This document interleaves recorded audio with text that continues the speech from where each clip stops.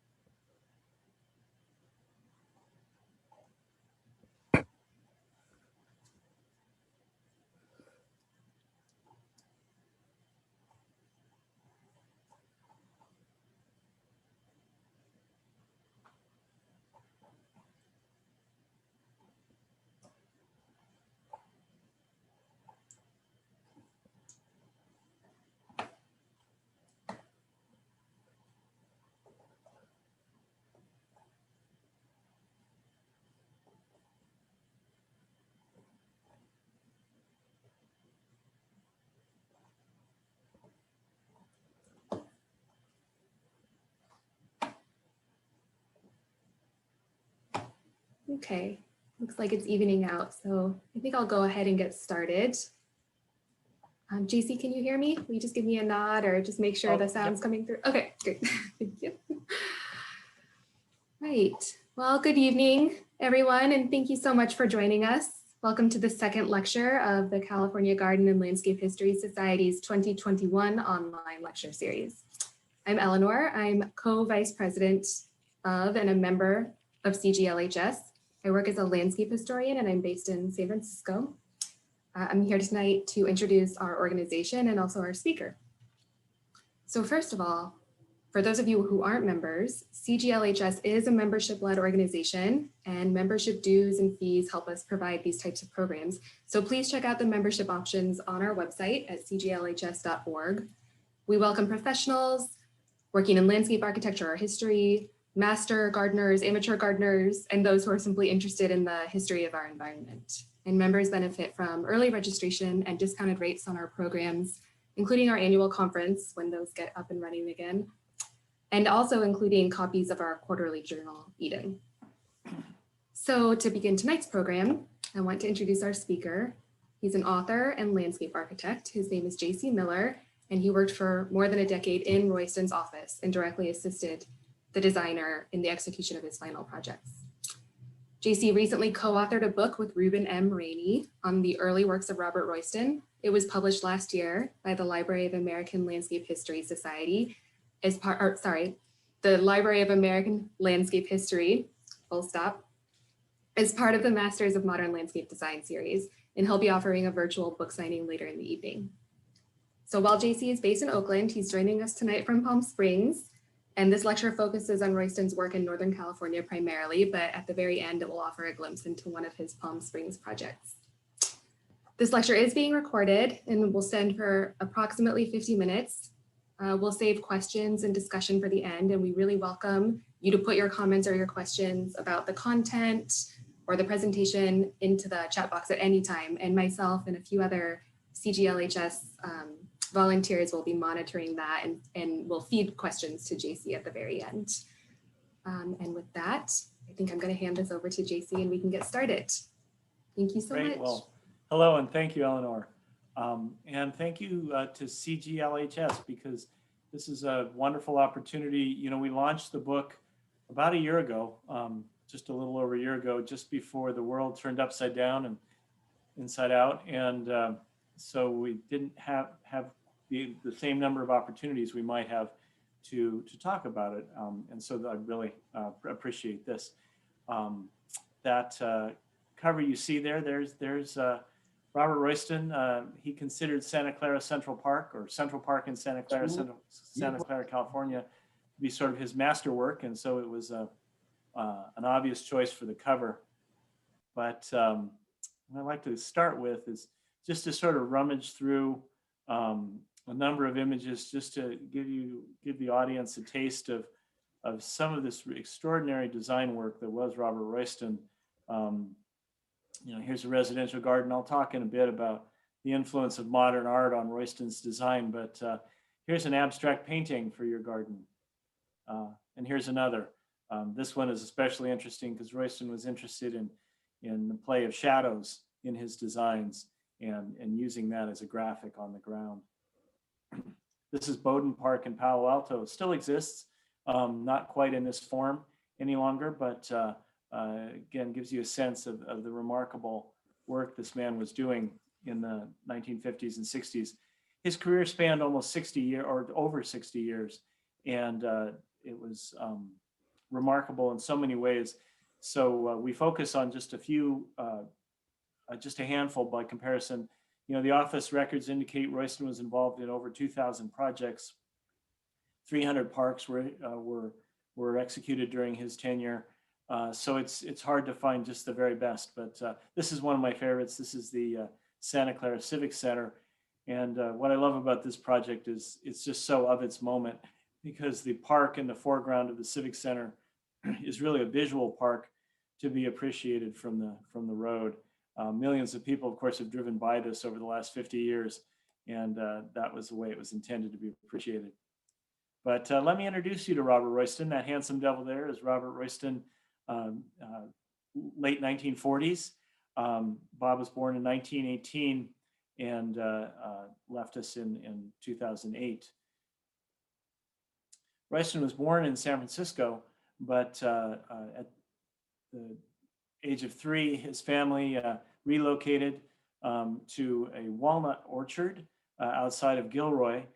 This is a period photograph or period postcard shot of what was then known as the Valley of Heart's Delight, Santa Clara Valley. Now, of course, we know it as Silicon Valley, and its physical appearance has changed a great deal. Here's a photo of Royston's family farm. His dad was a mechanical engineer, and so it was a farm, but it was a nice farm. There's a photo of his dad, and they're drying walnuts on the tennis court. So Royston's upbringing was one of agriculture, but also an appreciation for the aesthetics of things. He ends up going to the University of California, Berkeley, where he studies landscape architecture, and he graduates in 1940. In the late 30s, he begins working in the office of Thomas Church. And the photo you see in the upper right-hand corner is an early project that was executed while Royston was in the Church office.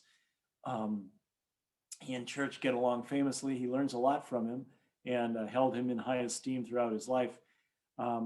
His work in Church's office is interrupted by World War II. Royston enlists. He's a lieutenant in the Navy, working in the Pacific Theater, where he is runs a troop transport ship. The sketch that you see there is a purely theoretical exercise of a house. The house he ends up building when he comes back from the war doesn't look anything like that, but that is a sketch we have that he did circa 1943. And the little image that you see on the right-hand side there, that's jewelry that he made for his wife while on board ship using scrap bits of lucite and wire. So he was a significant creative talent. The way the story goes, and Royston never did anything to dispel this, Tommy Church, of course, was expecting him to come back, and in fact had his name painted on the door as a partner. But Royston had become friendly before the war with Garrett Ekbo, the fellow you see there with the sly smile on his face. Royston becomes friendly with Garrett Ekbo and corresponds with him through the war. And they decide to open up a landscape architecture practice, Ekbo, Royston, and Williams. There you see the principals along with Dean, junior partner, and they launch Ekbo, Royston, and Williams, which runs from 1945 to 1958. And it's a firm that almost immediately starts getting some attention. This is a write-up, Art and Architecture magazine, with 2 early gardens that Royston executed, the Nafi garden, and then the small garden you see there is the Appert garden. I'd like to show the photograph of that first, but then show you the drawing that Royston did for it to give you a sense of just how different and really how innovative the landscape modernism that Eckbo Royston Williams was putting together was. The larger drawing that you see there is sort of this classic Beaux-Arts. It's representative both of the graphic style that was really the dominant style at the time, but also the design of landscape. Before the war, before the Depression, landscape architecture was really to a great degree focused on estate gardens. The scale was large, the clients were wealthy. Post-war, things changed. Everything turned upside down, a little bit like our pandemic days, I guess. And suddenly you start seeing small lots and middle-class homeowners, and the garden responds. It also responds with new materials, but most fundamentally, it responds, and Royston is in the vanguard of this. It responds with an attention to spatial design. And so this crazy center of the earth perspective that you see over there really represents Royston trying to exhibit the spatial qualities of this garden, the Appert garden. Here's the Naphy garden with a rendering that he did for it. Again, almost a cubist depiction of how that garden would go together. And so you can see in this pairing of photograph and drawing the influence that art has on Royston and his practice as a landscape architect. He often uses it as the jumping off point for a garden. The photo you see there on the left is the Chin garden. This is, Royston's also very attentive to perspective and to an understanding of viewpoint. So this is in Chinatown in San Francisco. The property owner, there's a 4-story apartment building, and this photo is taken from an upper balcony. And so the garden was intended to be appreciated from above as a landscape painting. And the drawing that you see there is a study for it. You get a sense of what Royston was up to. This is probably his most literal art-driven garden, where he's quite obviously quoting Mondrian and putting that as a pavement on the ground. But as you can see in these ground level shots, it's an interesting garden. The play of space in it is interesting. You have the option of going down a little ramp to get into the garden or down a little set of stairs. You have transparency in the screens on the edges. He's really playing with your senses and trying to make it an interesting experience. It's not a two-dimensional project. And you see this. This is one of Royston's most ambitious spatial gardens. As someone who's been researching Royston for a long time, spent a lot of time in the UC Berkeley Documents Archive. Always like to give a shout out to them. Many of the images that you see here come from there, or they were Royston's personal images. But whenever I'm doing research on Royston, it's always exciting when I run across photos of a model, because models are expensive and time consuming to make. And so whenever Royston did a model, he really was trying to explain something that would be hard to explain by drawing. And the Wilson Garden in Mill Valley in 1948 was that. Tiny little house built on a shelf on a very steep hillside, 1-bedroom house, 1-car garage. There is still a house there, but Mill Valley real estate being what it is, it's quite a bit bigger than what was there. But at any rate, Royston creates this really dynamic play of space. He can't necessarily physically expand the space available to the garden, but he wants to expand your perception of that space. And so he builds this thing he calls the sky plane, which is essentially a horizontal trellis. This device accomplishes a couple of different goals. First and foremost, from inside the house and from inside the garden, when the vine grew in on this, it was just a green plane that extended out into space. And so it looks as though there is firm ground farther out, and it makes the property look bigger. But that horizontal trellis also screens the view of the roof of an apartment house down below. So it had and then you can also see a screen on the right-hand side there, that dark vertical picket screen there, that screens the view of the neighboring house. So he's playing with the point of view and really playing with the space in an almost cubist way. Here are views from inside the house. And so, again, very strong spatial composition. This is really a garden that is all about space. The planting is very simple, primarily evergreen, but he was really trying to manipulate the perceptions in space. The Eckbo Royston Williams office was much involved with gardens in the early years. But as the economy picks up and other opportunities come about, their project types increase both in number and in size. And this is a very early and very important project for the office. This is still exists in part today on the Chevron refinery in Point Richmond. My office is just over that hill. I particularly like this photo because you can see the refinery tanks and smokestacks looming. But this is the employee park or the employee club, also called the Rod and Gun Club. Royston, they approached the Royston office about expanding the park in 1949, and this is the result. And you can see Royston, he's creating this really interesting and dynamic space. I love the color photographs that we have too, because it shows that it's not somber. You know, I think sometimes when we're looking at historic landscapes in black and white, there's this tendency to think that they're serious places, and this is not. You know, the arbors were yellow, and you know the woodwork was this kind of purple brown. But Royston also designed the playground here, and you can see this sort of art-driven and moving beyond the regular. I mean, we have a pretty typical sort of merry-go-round here, but Royston, you know, places it off-center in the circle, and of course paints it bright colors. Here's another shot of those amazing space-defining arbors. The structures were actually built by the refinery employees, and so this structure actually still exists today because it's made out of incredibly thick steel.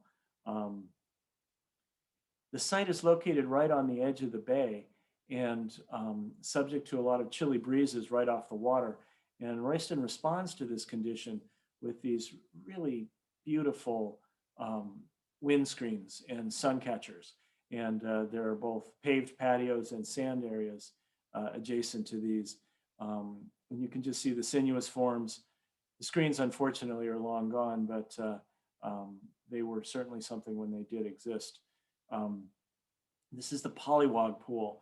One of the things that was so much fun about getting to know Bob and talking with him about his work, he was very good at communicating his ideas, and he used techniques that are still popular today. And you know, one of the ideas that one of the methods, one of the tactics he used was to give things names to get them to stick in a client's imagination and understanding.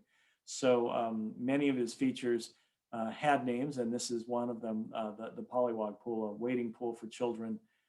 This would establish a pattern. You'll see this in a couple of other park projects that include small pools, where it's very shallow, but it's actually deeper at the edge and shallower in the center, because as the child gets further from the caregiver, further from the father or mother who might be looking after them, they're less in danger as they go into the shallower water to the center.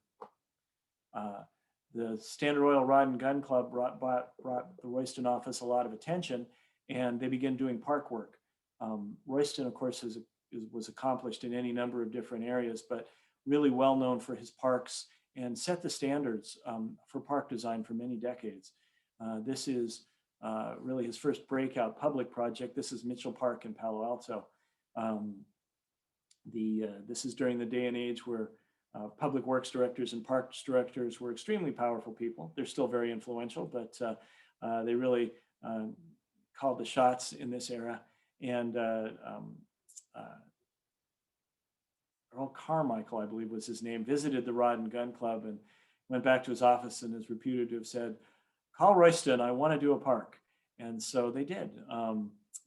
This park also still exists and is in amazingly good shape. The city has been a great steward.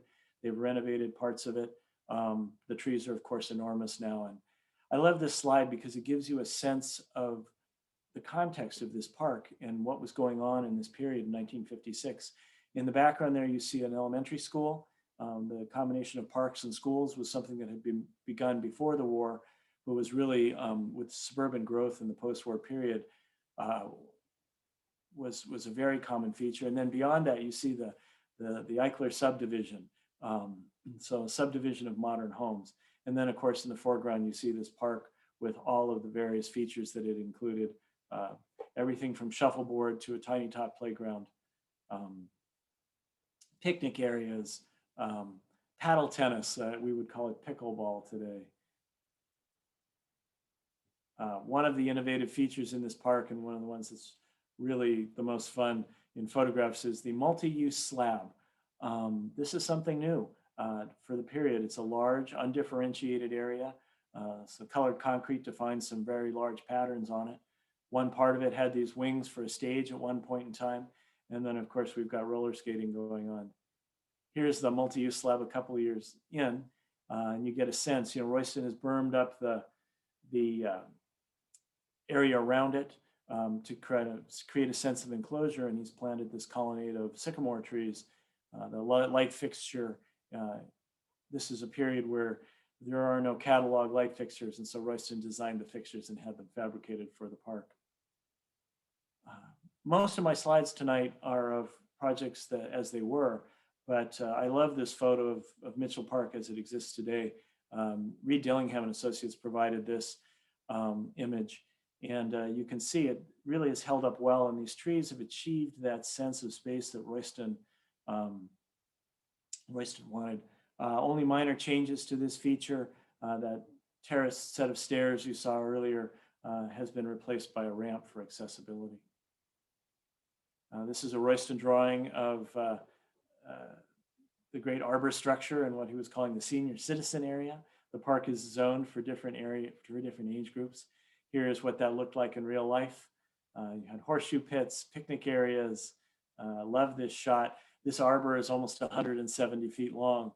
And there's that shadow play I mentioned earlier. Really important to Royston to add that to the ground plane. Another shot of that arbor looking in a slightly different direction. They had a giant checkerboard. The heart of this park, however, is the Tiny Tot Playground. And another one of these amazing Royston drawings by a cubist in execution. This axonometric really gives you a sense of what the space would be like and explains it in a way that a plan or section drawing really can't. And you see the kind of the amazing features here, the wading pool, play area, sand play area, the gopher holes, I'll show you those in a moment, and the amazing pedal car freeway. And here you have it. The sculptures still there in the renovated design. These are these marvelous bears by Virginia Green. Sand play area. See the gopher holes in the background. There's the gopher holes. These still exist as well. Royston had some very specific ideas, and these were ideas that came to him. He was a voracious reader, and his library included books on early childhood development and psychology as well as art. And he had these strong beliefs about what the play experience would be. He also had 3 young children, so he had a living laboratory. And one of the things that he believed was that children should be allowed to hide from their parents once in a while. And so here you have the gopher holes. In the renovation of the playground, these were retained. These are the garages for the pedal car freeway, oversized concrete sewer pipes used to house the rolling stock when it wasn't in use. And there's the pedal car freeway in use. The cars were maintained. There's a fire station on one corner of the park, and the cars were maintained by off-duty firemen. So it was a very different world. As time goes on, again, as I mentioned, the office, the Royston office executed over 300 parks during Bob's time there. And we could spend all night just talking about those, but things grow and they continue. And in the book, we wanted to sort of focus on some other projects, some interesting things, maybe a little bit offbeat things. This is the Stanford Linear Accelerator, and that long building you see there, which is over a mile long, is called the Klystron Gallery, and it is dead level because apparently when you shoot atoms at each other, it has to be level. So you have this interesting challenge and this tremendous imposition on the landscape. Royston is working. He's teaching at Stanford at this point in time, and he's working on the campus. In the background, the far end of the Klystron Gallery, you see what's called the SLAC, or the Stanford Linear Accelerator Campus. He designs the original layout for that. And the engineers come to him at that time, and the physicists and the various rocket scientists who are involved with this. And they have a plan for the Klystron Gallery, and that is to line it with Italian cypress trees, I think it was. Just would have been an interesting thing, but Royston says, well, I think maybe we have a different idea for this. And he goes back to them with a much more naturalistic planting and groves of eucalyptus trees and acacia trees that'll put up with the site with very little maintenance, that'll also get some size. You can see Royston studying it here in section, because there are places where the building is downslope and sometimes it's upslope, and he's working on these different things. And there's a photo of the Klystron Gallery today, where it sits nestled in these groves of eucalyptus trees. There's a place where 280 crosses right over it. And as much as is possible to make a building of this nature seem like it fits in the landscape, it does. Another project from this era is Royston did a series of covered reservoirs in the East Bay. This is the Estates Reservoir. I try to take this presentation chronologically. This one's a little bit out of sync. It was built in 1968, but designed much earlier. The East Bay Municipal Utilities District put out the RFP in the early 60s. And one of the design criteria was to cover the reservoirs to protect the water supply from, among other things, radioactive fallout. So this is a Cold War project, and this is Royston's take on that. The drawing on the left gives you some sense of the art-driven nature of this. And the drawing on the right are the fountains. There's something a little fun about putting fountains on top of a reservoir. And here's the study model that Royston did to illustrate his ideas. The utility district bought off on it. Here's a photo of the project installed. The various tiering, there are actually vents in the reservoir roof that the different tiers, the level changes there address. And there were initially different colored gravels on it. There you go, there's an aerial photo of this marvelous thing. We'll go back to that for just a moment. This was an earthen dam that had been built in the 20s. And so unfortunately in the late 90s, East Bay Mud, for seismic concerns, decommissioned all of the covered reservoirs. And this unfortunately no longer exists. Real challenge to preservation, that, because I can certainly understand for the people who live downslope why they might be concerned. So sadly, this one is lost to us, but was just a fascinating and strange project. As we move ahead in time here, in 1966, one of the things we had the chance to do with the current Royston book was explore the change in his thinking. You can see in these earlier projects, the ones I just showed you, a real attention to these kind of art-driven and these formal, not in the sense of symmetry or axial arrangements, but there was a geometric logic to a lot of his designs, even if it was abstract.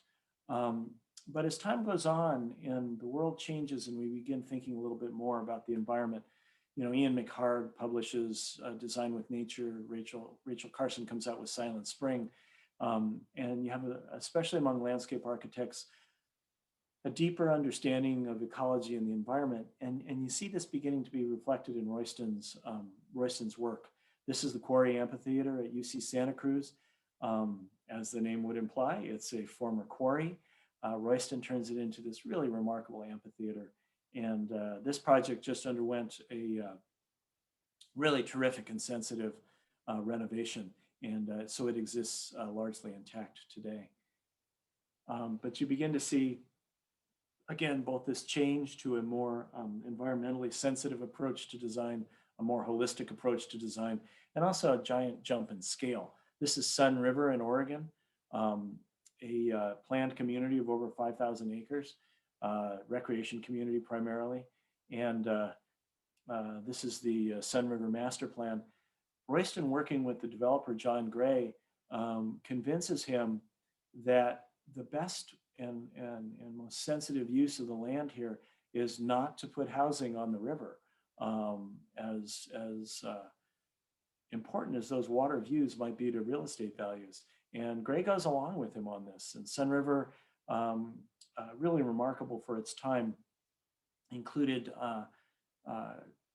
miles and miles of bike trails. The exact number eludes me at the moment, but this bicycle circulation system is separate from the automobile circulation system, and the housing is in clusters, the parking is segregated. There's these real attempts to make this into a place that is very sensitive. Here you go. You can see that the dark line, the white line is the automobile circulation, and the dark red is the bicycle circulation. So this is quite a place, and still is today. Amazing. You know, we have, whether it's the guest ranch with its stables, the play meadow. We had there is a bird sanctuary there, and it even featured an ecologium, whatever that is. One of the things that's interesting about studying a designer in great depth like Royston is you get to watch him or her play with ideas over time. And Ruben and I really enjoyed kind of taking some of these ideas that Royston initially explored in his residential work and showing how they manifested in his larger scale designs. So here we have the Williams Garden in 1957 with its swank cantilevered umbrella. The kind of disc umbrella was Royston's signature. There is still one in existence in his own garden in Mill Valley, but they weren't super stable, so I'm not sure if there are any others, but it was quite a design move. But you see him exploring this umbrella form throughout his career, and here is really the ultimate expression of it. This is the central picnic structure at Central Park in Santa Clara, and you can see the Williams Garden umbrella writ large here. This was also the cover on the book that I showed you earlier. This structure is now this incredible indoor-outdoor space made out of wisteria vines. Just really remarkable. There's a shot of it today. The city is in a constant battle to keep the wisteria at a minimum. This is the time of year to make a trip to Santa Clara Central Park to have a look at the wisteria. There's another shot of it. And again, you get a sense of just Royston's sensitivity to line and form. And the juxtaposition of the vase-shaped fountain is very intentional with the form of the picnic pavilion. Here we go again. There's the Pollywog Pool. And I just bring that up because here's 1950. And here's Royston working in 1999. This is the Millennium Medallion, an epic fountain. I wish there was a person or something like that in here to give you scale. That fountain dish in the center there is 20 feet across. And those little, what appear to be maybe little shrubs in the foreground, those are 48-inch box ginkgo trees. So you see Royston playing with these forms throughout his career. This one also shares a little bit with the merry-go-round in Standard Oil Rod and Gun Club, and that he sets the fountain off center. And as Eleanor mentioned in the introduction, I close with Royston's last project. It was really a pleasure to, I got to know Bob in his 80s, or Robert. He was Robert Royston in his later years, Bob in the early years, and worked with him on his last projects, including this one, a commission in Palm Springs, an estate size garden, about an acre in the tennis club neighborhood. It had two architecturally significant houses on it, but no meaningful garden. And so Royston, the homeowner called and wanted to know if Mr. Royston might be interested in coming out of retirement to work on a project. And I went up to Bob's house and talked to him about it. And he said, well, sure, we can do that. And so this is the garden as it exists today. Here's a model we had built. Again, models were important to Royston whenever he really wanted to make a point and explain what he was up to a client. So there you see the two houses in the Harris Garden. These are Royston's sketches. We spent a lot of time on the forms here and the interlocking turf panels. This is called the Beckett Garden because the home was designed by Welton Beckett and Associates. Here's the turf panels as they exist. In the foreground there, the lower turf panel was originally intended as a putting green. And here you see this idea of Royston, even at 90, he has this tremendous sensitivity to client and to human use of a space. And his thought there was, well, the little curb keeps the golf ball from going too far if it goes astray. There's a view of it from the other direction. We had a lot of fun on this project because Royston wasn't all that familiar with his desert plants. So we had lots of conversations about what was the appropriate thing to use where. Here's the front of that house. Didn't point it out on the model, but this and the property next door boast what Royston used to call contrary curves. And so there's a curving planter in front of this house, and then you'll see the curved wall on the other house. These are sketches that were part of the conversation about how tall the pool should be in the Beckett Garden. And there you can see the eventual height. But it was important to Royston. He wanted to play with the height. He didn't want it. His goal was that this was a landscape. This was a pool in a garden, not a landscape around a pool. And the terrace that you see in front of it, he on one of his sketches, he wrote dancing ? So he envisioned that there would be dancing there. The client thinks that's hilarious and tells me that he'd love to, but they never have. At any rate, this is the central circle garden. And I just want to take you through, this is really the heart of this garden. You can see a Royston design feature there in the foreground, these floating tables. There was the floor plan of the house is circular, and there was a circular pool there when we started. This garden, like many Royston gardens, actually takes its jumping off point from a painting. This is Wassily Kandinsky's painting Several Circles. And Royston had a flair for the dramatic, and we're at a meeting in his house, and he walks into his library and pulls out this book on Kandinsky where he's bookmarked this and opens it for all to see and convinces the client that we want to execute this painting as a garden. And so here you see it in plan. Lots of good photos of this, and I'll certainly show it to you, but you see the circle motif, circular floor plan on the house. It was fascinating to talk to Royston about this because he'd worked on circular houses before, and he said, you know, the challenge of that is that every room points you right toward the center, and how do we work with that? He enlarges the pool, but probably his most brilliant stroke on this house, and I'll show you photos of it, is he pulls the space in by putting a bench across the back and raising the grade behind it. That bench is almost 90 feet long. This is a big garden.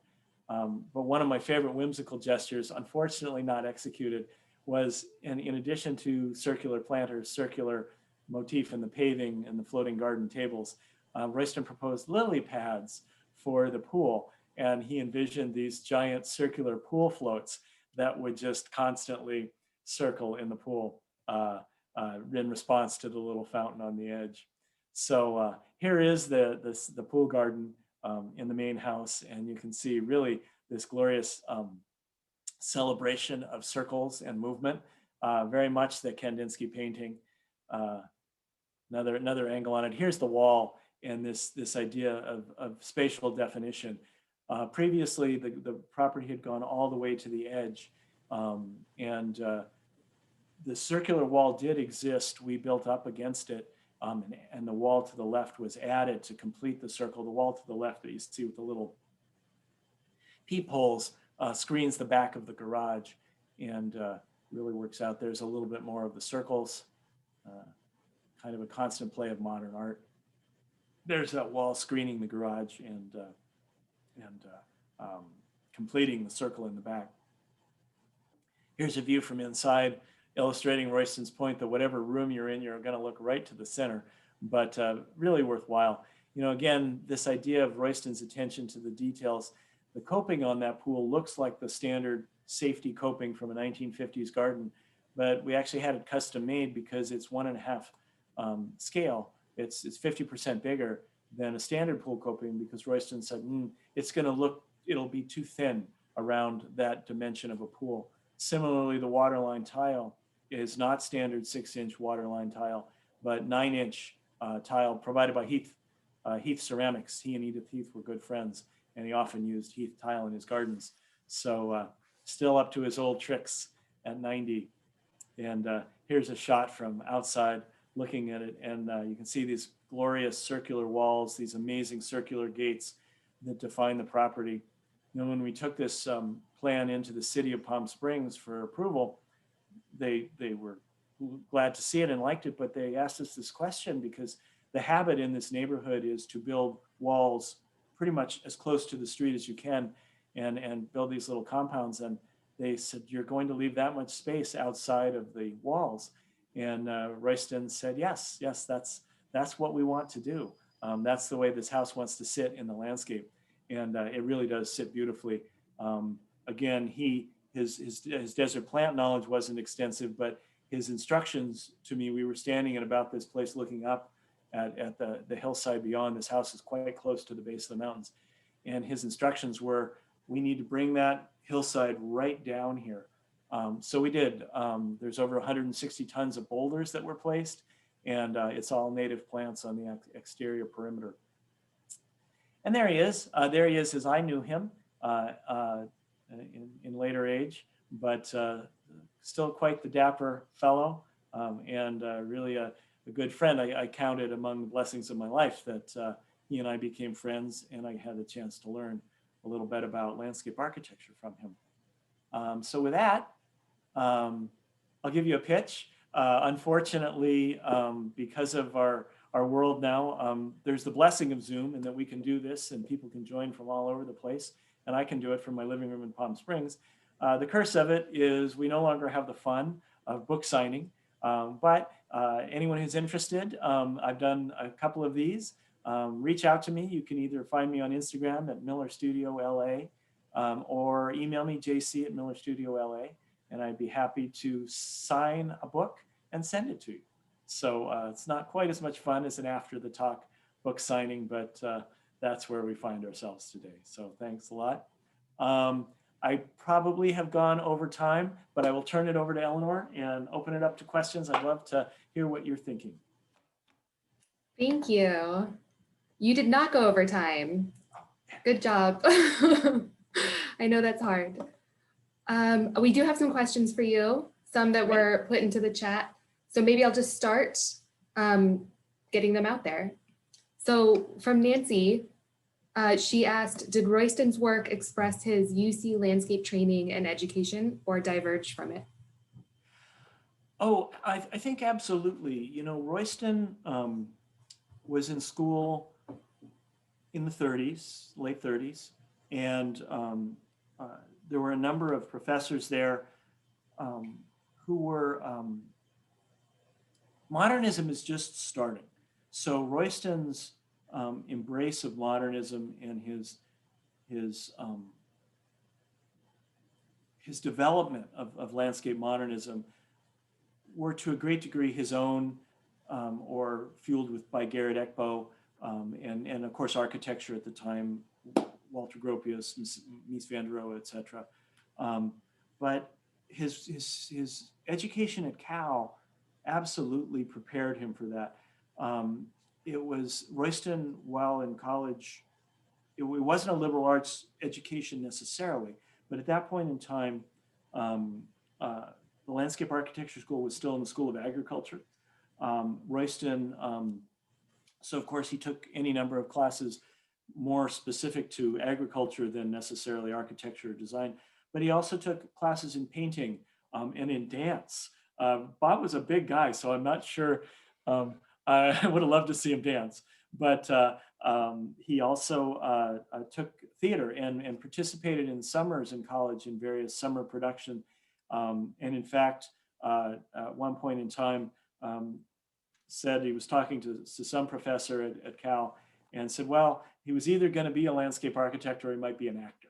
Of course, his acting, Bob was one of the, well, beyond being brilliant, he was also just one of the loveliest people, just never negative, always positive. But he was an Irish storyteller too. And I had the opportunity a couple of times to see him in action. We worked on a renovation of a roof garden. And this will get back to the question about Cal. I won't go too far down this road. But we were working on the renovation of a roof garden that he had done in the 60s. And I met with this client who was a real estate trust company in San Francisco. And my first meeting was with this scary panel of people in blue and gray suits, men and women that were very serious. And this was, from their point of view, a re-roof project. And it was all about schedule and budget. And there you go. But they did understand that it was an important design, and gee, maybe Mr. Royston would be willing to take a look at it. And so to the next meeting, I brought Bob, and we had done some drawings and did this thing. And by the end of the presentation, Bob did this magic trick on them, and they were all talking about art and space and movement and suddenly budget and schedule. Now, we did eventually get back to budget and schedule, but he just charmed them so thoroughly because he knew how to present his ideas, and he knew how to. So I've always believed that his summer stock theater experience was probably useful in that. So his education at Cal was broad and I think served him well, and you know, certainly introduced him. I didn't talk about this much and should have, but after the war, Royston returned, and he actually taught at UC Berkeley for a number of years. And over the course of his career, Royston, he also taught at Stanford and would eventually lecture or be a visiting professor at over 40 universities during his career. So teaching was always part of it. Writing was not. So he left the book writing to Ruben and I. Well, there was actually just a question about his teaching at Stanford. What specifically was he teaching? Because David doesn't think that there is a landscape architecture program at Stanford. There isn't, or maybe there was wasn't. An architecture program at the time. Royston, it's kind of an interesting story, and you know, I kind of brush up against this when we talk about his these Cold War projects. You know, when I look at this period, of course, it's easy to get very kind of nostalgic and say, oh, you know, wasn't it wonderful? And it's about modernism and it's about optimism. But this is also during the McCarthy era. And so there's some not so great stuff going on as well. And so Royston is teaching at Cal. But this issue of signing a loyalty oath comes up. And they ask Bob to sign a loyalty oath. And Royston is politically very progressive. Garrett Ekbo more so, but he's not interested in doing that. His response to them was, well, I served in the Pacific Theater, and I don't feel I need to declare my patriotism or sign a loyalty oath to the United States. So UC Berkeley's loss was Stanford's gain.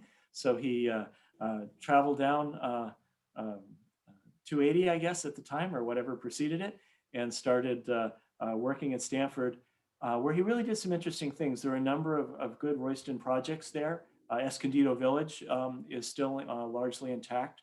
The graduate student housing there. There's a couple of Royston designed playgrounds. But he also begins to develop some interesting, he started this at UC Berkeley, but really comes to fruition at Stanford. He's trying to make instruction in landscape architecture more of a three-dimensional exercise, and not just teaching in plan and section. And so he develops this thing called the model box. And the model box is this drum. It turns 360 degrees, open at the top, and it has these little peepholes on the side. And he encourages students to build models. And then you put them in the model box and you look at them, and you can get a sense of what this thing looks like from the ground plane. He also develops these different ground patterns and walls and figures and other things that he will put in the model box and take photos and use them in slide lectures. So it's this early form of sort of 3D modeling and it goes back to this idea of how important space was to Royston and really all of these post-war modernists. Ekbo was also a spatial designer, as was Dan Kiley, James Rose. So this isn't an idea that's unique to Royston, but he's trying to communicate it in a way that was unique at the time. I have photos of things inside the model box. I unfortunately have never found a photo of the model box because I would love to recreate it. But so kind of a really interesting pedagogical thing that he was up to. He taught at Stanford for 7-8 years, but it was within the School of Architecture. And then his practice grew. He then went more to this visiting lecturer model. You just mentioned playgrounds, and we got a question about that. Can you speak to, this is from Diana, Can you speak to changing standards for playground design and how that changed his work over time?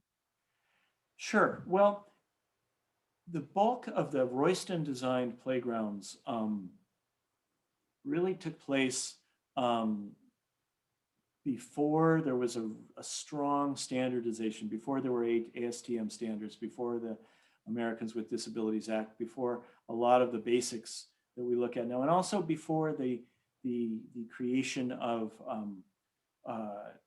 catalog play equipment and the liability that goes along with doing things like creating play equipment. Um, I do sometimes a talk just about his playground design work. And these were all designed off the shelf. I focused a little bit on the gopher holes at Mitchell Park, but that was indicative of these very experiential. Royston was very interested in dynamic play, on kinetic play. The pedal car freeway, I have other, maybe should have shown other photos, but one of the things that's wonderful about that is there's an over and an underpass, so that kids can pass over and under each other in this great kind of endless loop that you can do on the pedal car freeway. There was the apartment house. The apartment house was this slide, but it was also a climbing structure that enabled children to experience height without danger, because he felt it was important that they challenge their sensibilities. It was 12 feet tall. It wasn't a skyscraper, but to a 5-year-old, it probably was. Mm-hmm. And so there's a little slide fire escape. Shame on me, I should have included a link on this. There's actually a video of Mitchell Park Playground that the Royston office made in 1961. So the park is about 5 years old. And there's this marvelous 11-minute video. The quality of it is awful, but you can hear him, he narrates it. And you can see that that first slide I start with is actually a still from that film. But if you go to the UC College of Environmental Design Archives website, it's available there, the 11-minute film of Mitchell Park. And you can see him talk about things like the apartment house and the gopher holes, the wading pool and things of that nature. So his playgrounds were to some degree unfettered in their design. Obviously, he was conscious of safety. The thing I mentioned earlier, this idea that the wading pools were shallower in the center as the child got farther from the parent. His playgrounds are almost always contained with fences. Again, a human-focused detail. The idea was the fence was a certain height that you could kind of lean on your elbows and watch the children at play, that sort of thing, but you could still contain them. In that drawing and into photos of the Mitchell Park Tiny Tot area, you can see that the wading pool was segregated from the other play areas, just to keep it a little bit of separation. Try to keep the wet kids sort of in the wet kid zone. But so he was very conscious about zoning play areas for different levels of activity. There was also age zoning. I always focus on the Tiny Tot playground because it's just so damn cool. But the adult or the older children's play areas were equally interesting. More the standard fare of swings and climbing structures, but all still purpose built for the site, because we didn't have companies that made, in fact, Royston and others, there's some amazing work, Paul Freeberg in New York and other people during this period doing some amazing work that eventually turn into the sort of post and platform structures that are ubiquitous today. They're being developed in the 50s and the 60s, but then again, eventually it becomes more of a manufacturers make these things and landscape architects choose them. In the period in Bob's golden day, in that halcyon period, he's dreaming them up. And back to that movie of Mitchell Park, you actually see him doing some drawings of the play equipment, and it's fun to watch. Worth looking up and suffering through the terrible audio and sketchy video. Well, we got one very specific question from Michael. Is it possible to visit his garden in Mill Valley? And I'll just follow this up with questions I was thinking, which are generally, is this landscape still extant? I would love to see the Chin Garden. That was incredible. Is the sculpture aspect at Santa Clara Civic Center still intact? what is the status of these early designs? Are they, do they retain integrity and can people visit them? Well, they do, surprisingly. The public work has held up better than the private work. Um, the uh, for example, in downtown San Francisco, St. Mary's Square, very early Royston Garden, 1952, I think. The city has done an amazing job renovating it and preserving the original design. There's some additions. There's a play area that's been added, but sensitively, there's a restroom there that wasn't there originally. But St. Mary's Square is there, and you can visit it. Mitchell Park, as I mentioned, the Tiny Tot area has been renovated. And it kind of goes back to the earlier question about standards. Royston consulted on the renovation of the Tiny Tot playground, but there was a little bit of a struggle there. He understood the new spacing requirements and accessibility requirements, but he didn't like a lot of them. And unfortunately, they resulted in things like the pedal car freeway isn't there anymore. The gopher holes are there. The Virginia screen bear sculptures are there. They did a brilliant, Reed Dillingham did this work. They did a brilliant move on the wading pool, which would be a very difficult feature for a city to kind of maintain. There's a marvelous moment in the movie of Mitchell Park. As Royston's narrating it, I talked to him about this and asked him if there was a script, and he said, no, they just ran the film and I recorded. So it's a little bit ad hoc, but they show the wading pool and the kids in their diapers and whatever. And he says, and the wading pool has and then there's this pause, state-of-the-art filtration system. And so anyway, the wading pool was a feature that didn't persist in the renovation of the play area, but they turned it into a splash pad that has the exact same footprint. So graphically, it's the same, and it still maintains the same function. So really thoughtful renovation there. But Mitchell Park, Santa Clara Central Park, his masterpiece as a park, still exists and is largely intact. It's challenging with landscape because the world changes around us. I didn't talk a lot about Mitchell Park, but in addition to that amazing circular chain structure, there's a meta part of the design is there's this giant circle of redwoods in that park, which are terrifically mature now and really form this incredible vertical enclosure of the park. However, the challenge is as the city of Santa Clara has moved to reclaimed water, something we all, of course, want to do in a world of drought, as they move to reclaim water, it's actually imperiling the redwoods because they're not thrilled about the new chemical character of the water.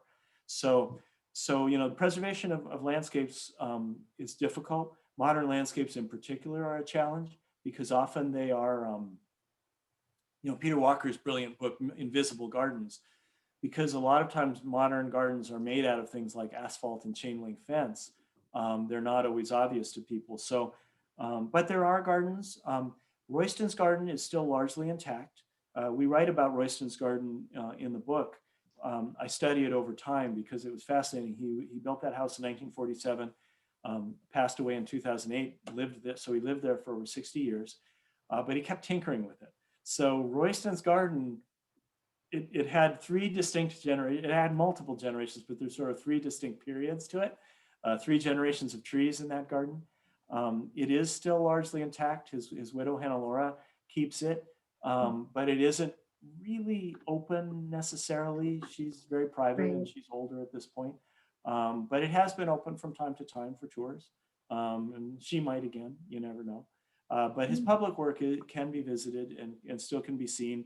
Those 3 that I mentioned, Santa Clara, Central Park, Bowdoin Park is still to a great degree intact. The planting has changed, but the spatial arrangements haven't. And St. Mary's Square in San Francisco are all still good, wonderful Royston projects that you can go and see and get that Royston vibe.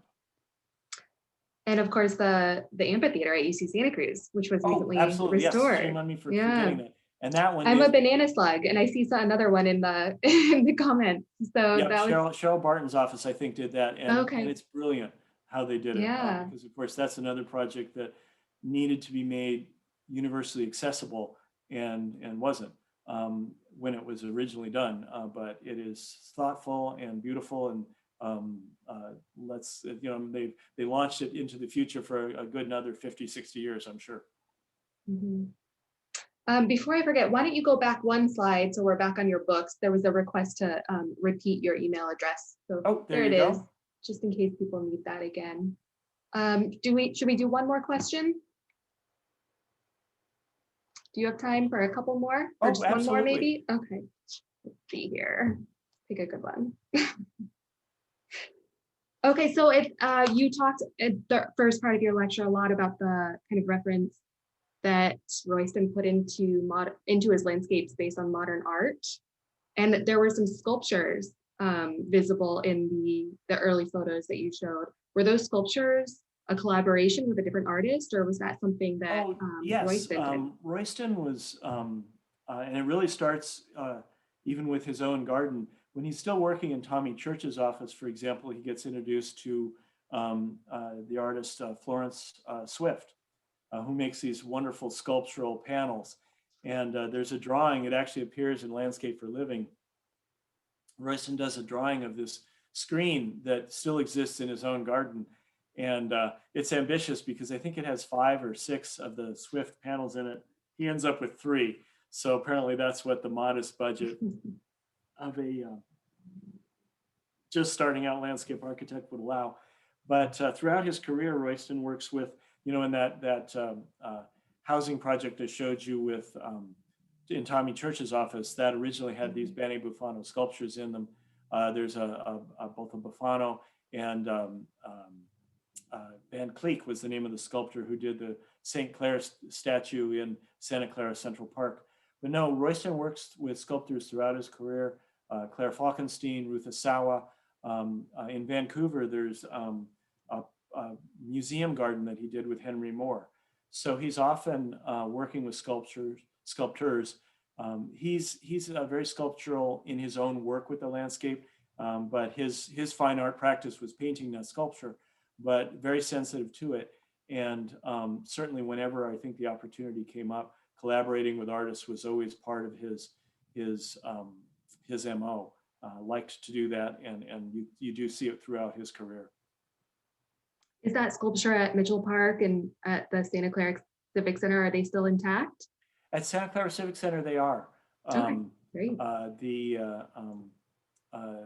And the Mitchell Park Bears, the Virginia Green Bears, are still there. They got away without the gopher holes and the bears, neither of which conform to any of the codes or safety standards that might apply to them today, but they didn't touch them. They left them intact. And so by not altering them, they kind of remained in place as that. So the Virginia Green Bears are still there and whatnot. So still there. Oh, and there's a Buffano in St. Mary's Square in San Francisco too. There's a Buffano sculpture. So yes, there's often a beautiful work of art hiding around the corner. Royston's own garden is full of art, and maybe almost too full of art everywhere you turn. But he was there for a long time, and he had a lot of artist friends. Thank you so much. Somebody just mentioned that there is maybe a typo in your email address. Is it jc@millerstudiola.com? Oh, yes, there's no T. Oh, my Lord. Or the T and the S are inverted. Yes, the T and the S are. Okay. Yes, sorry for the dyslexia there. Yes, no, it's Miller Studio, and the LA is for landscape architecture. But at any rate, yes, thank you for catching that. Good eagle eye. Horrified by viewers. the typo. It's probably been in every lecture. Probably. No wonder that in my reports all the time. All right. Well, thank you so much, JC. I think I'll end it now. We're at just 5 minutes past. It was a very good discussion. Thank you so much for entertaining all of our questions. Thank you for inviting me. Yes, and I can't wait to read your book. Oops.